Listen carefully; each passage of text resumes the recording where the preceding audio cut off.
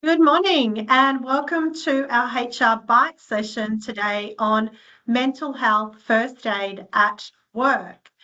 We're still letting some people in, but I will get started. For those that don't know me, my name is Claire Harrison. I'm the Managing Director of Harrison's, a HR consulting firm based in Brisbane, Australia. So let's get moving. Like I said, today's topic is mental health first aid. I'm going to talk in the context of really that is a small part in the broader context of your mental health strategy in workplaces. It is a very quick 15 to 20-minute session. So if you do have any questions, maybe pop them in the chat and I can get back to you either during or after the session, or feel free to send me an email or a message on LinkedIn if there's any questions or any other information that you'd like post this session. Take notes now while we're going through, just in case you do have any questions for later. Okay, so a disclaimer, Harrison's are not a legal firm. I'm not a lawyer. We're not giving you any information that is specific to your situation or your organisation. So that is our disclaimer there. A little bit about Harrison's for those that don't know us, although looking at who's online, I think most of you do know us. These are our service areas. So we consulting, which is really for any sized organisation that either through capability or capacity is looking for support in terms of anything around HR, workplace relations, leadership. So that could be an org restructure right down to compliance pieces around employment contracts and policy. So anything across that range.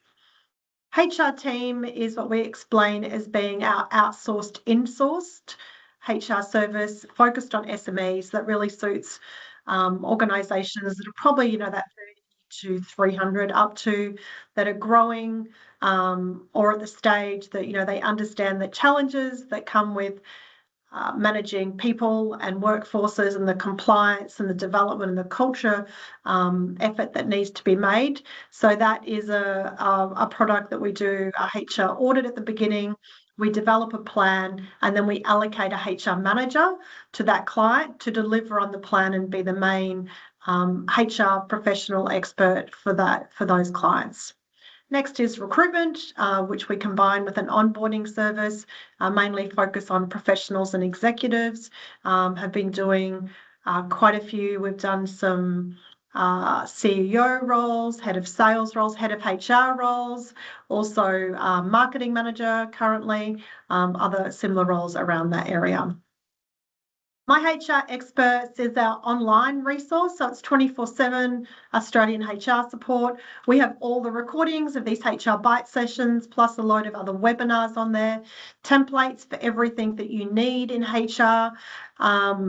So that is just a pay by the month type service, and that's the URL for that. So that's a little about Harrison's, but we will keep on moving. Okay, so why it matters, and I probably don't need to tell the people that are online because I think you're here for a reason, so you understand the issue when it comes to mental health first aid and mental health at work. So mental health employees, it's not just an issue for the individual, it's an issue for workplaces. It's a critical business organisational priority. So again, as I'm sure you're all experiencing in your workplaces and in life and in society, we're seeing a rise in psychosocial hazards across many industries, all I would say, which can take a toll on workers and our responsibility in terms of managing workplaces. There's been an increase in workers' comp claims related to mental health concerns. And you may all know that those claims around the psychological claims tend to also be the longer duration of people off work, harder to get people back to work, and more costly claims. Employers are facing evolving legal obligations, so we're forever seeing changes to the Fair Work Act and the discrimination, the Work Health and Safety Act. So especially, we had the psychosocial hazards code that was introduced a few years ago. Last year in Queensland, there was a new requirement around every employer having to have in place a sexual harassment prevention plan and a very clear formula for what that needs to look like. So the compliance legal requirements continue to increase for employers. Poor mental health has a real impact on productivity, retention and overall workplace culture, and it's something we can't ignore. And with hybrid remote work, it just adds to the complexity of managing mental health at work. So addressing these challenges head on is crucial for anyone that's employing people in a leader role, in a HR role. So a little bit of stats to support what I've just said. So this enormous stat, so an estimated 8.5 million Australians, adults, have experienced mental health illness in their lives. That's 43% of people. So 1 in 5 in the last 12-month period have experienced a mental disorder. 17% of Australians experienced an anxiety disorder in the last 12 months. And 1 in 7 children and adolescents experienced a mental illness, which is so sad. Very sad. Some more stats on this area. So of the approximately 10,000 serious mental stress claims back in 2022, the highest proportion, which makes up over half of the claims, were related to 27.5% work-related harassment and or bullying, 25.2% work pressure, 16.4% exposure to workplace or occupational violence. And interestingly, the return to work rate for people with mental health condition, in 21 was 79.1% versus 91% for all injuries. So we can see that the enormous impact of a mental health injury at work in terms of getting people back to work. So ideally, which I think is why this topic's been so popular, is mental health first aid is part of that prevention piece. So I'm not going to spend a lot of time on this. For those that are in strategic HR roles, HR manager roles, you probably have or will be looking at developing a mental health and wellbeing strategy. So mental health first aid is just part of this strategy. And this strategy should be systematically implemented and evaluated over all of these areas. So that's just putting it into the big picture. We're talking about mental health first aid today, but really there is a broader mental health and wellbeing strategy that does need to be in place with all organisations, because just this small piece will not fix the problem. So if we look at, more at a practical, tactical level, key mental health priorities for all employers to be thinking about to address your, not only your legal obligations, but also to build those great cultures that we want, which leads to, higher productivity, higher engagement, higher discretionary effort. We need to be looking at prevention first. And that starts with identifying and managing your psychosocial hazards. So you haven't looked already, then you really need to be doing a risk assessment around your psychosocial hazards in your workplace, because if we can catch it there and you understand that, then, we're not having so many bigger issues down the other end. So that leads to early intervention. So once we understand what the psychosocial hazards are specific to our organisation, then we can look at what early intervention we can put in place. So that's about recognising the warning signs and responding with confidence. So there's a whole lot of data that you can use there, but also it needs to be really, like I say, specific to your organisation, your industry, and the trends in those areas. Then we look at the compliance ready, so making sure you're meeting your legal requirements under work health and safety and psychosocial safety laws. But as we know, those obligations have also drifted into the Fair Work Act as well. So you also need to ensure the compliance there as well. And obviously any policies that you have around mental health, bullying, discrimination, whatever that might look like. Sexual harassment and violence are important as well for many organisations in that high risk area. And so then really we want to be focusing on culture building, so creating environments where mental well-being is supported and prioritised on a daily basis, and that there is not a stigma to mental health issues in the workplace, because if there's a stigma, then obviously it makes it really difficult for that early intervention piece of people being able to put up their hand and saying, I need help. So that's about the culture and creating support, destigmatizing mental health issues. Okay, so what leaders often overlook, and so just thinking about where we said those claims are sitting and where really the psychosocial hazards are mostly coming from.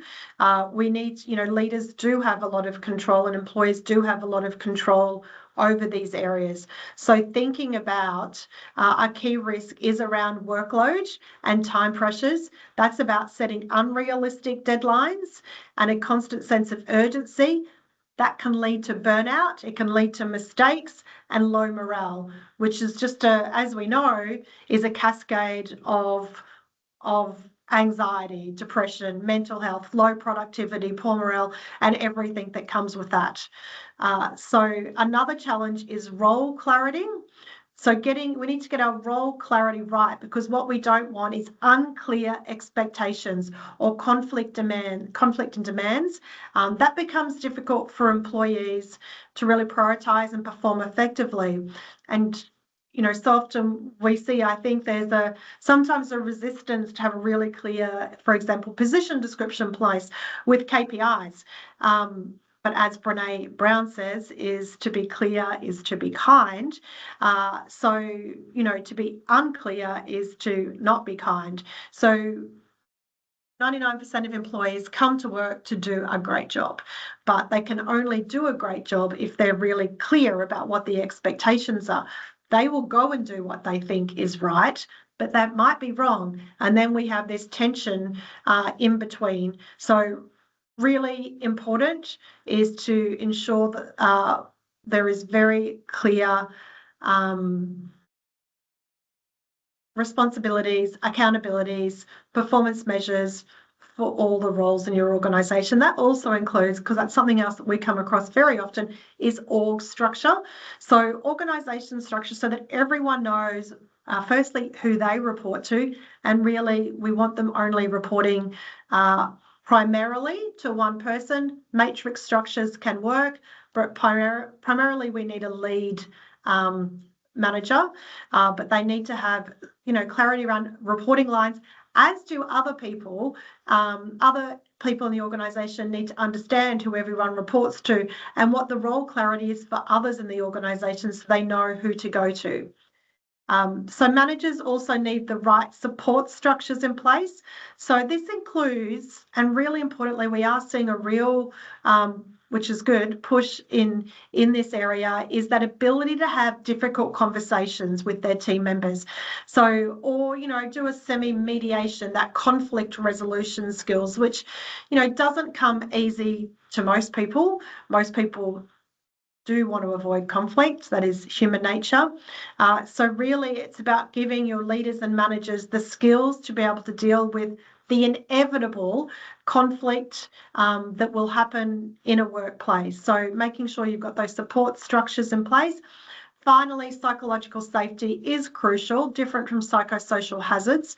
If employees fear speaking up or asking for help, because that's seen as weak, or they don't see they're going to be supported, then issues may go unaddressed and the opportunity for improvement of that early intervention is gone. And then we end up in a situation that I'm sure you've all seen, where we've got a bullying complaint being lodged, and a workplace investigation having to happen, and in many scenarios with good basis of which that's happened because an issue has been allowed to fester for too long that could have been snipped off at the beginning.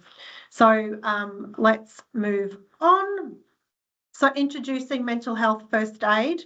Let's talk about what that is. So really the goal of mental health first aid, the primary aim is to provide initial support to someone experiencing a mental health problem or crisis until professional treatment is available or the situation resolves We are not the experts. We're not the treating psychologists, psychiatrists, whatever that might be. We're just providing that initial support. So what the training covers, it includes recognising what is understanding mental health, and then it's understanding those warning signs, offering support and reducing stigma. So mental health first aid plays a vital role in reducing stigma and promoting pathways to support for those experiencing mental health problems in the workplace and communities, schools and tertiary institutions. So what is the mental health first aider? The organisation that I've got this logo of on the screen is the organisation that has built this framework for mental health first aiders that we use. So the role of a mental health first aider is to maintain the values and qualities of the role. So understanding the importance of confidentiality and non-judgment listening. So this is what the training for a mental health first aider would cover. Providing that initial support, like we said, promoting pathways to support, contributing to that stigma reduction in the workplace or wherever it may be, maintaining boundaries in their role. Like I said, they're not therapists, not counsellors, nor can they diagnose mental illnesses. So it's important, I think, in terms of, as mental health first aiders, we can get into those conversations, but we need to know where to draw the line in terms of the advice that we're giving when highly likely we're not qualified to be able to do that. But I was just going to ask, if you just want to you should be able to use your little hands up, because I see most people have got their cameras off, is just a hands up. Who is a qualified mental health first aider already? You can just either put your screen on and show me or just hands up. Okay, yeah. Okay, it's only a few. Very good. It's a great course and education to have. And the last one I didn't cover here is the self-care part, because it's really important, as many of us are in HR roles and we understand that support and energy and the emotion that comes with supporting others. So, to be able to do that, obviously we need to fill our own buckets and really look after ourselves. That's about the self-care component. So that's what the mental health first aider training covers, because that's the role of a mental health first aider. So some of you may have seen this because we do often use this, but the training is very comprehensive, but at its substance, I suppose, this is really the framework that a mental health first aider would use in their practice. So it's 5 key steps when supporting someone experiencing a mental health crisis. We're mainly talking about in the workplace here.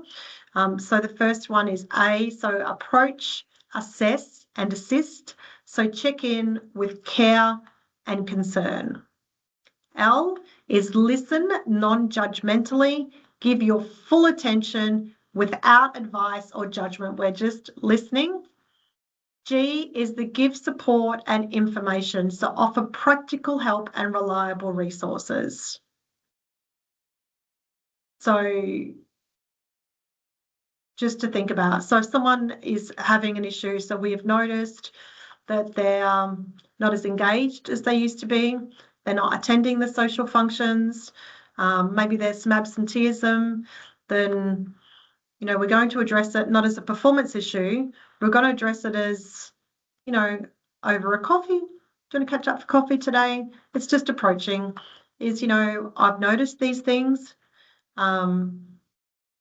Is there something that you'd like to talk about? That's all it needs to be. So it's just a little step, the A.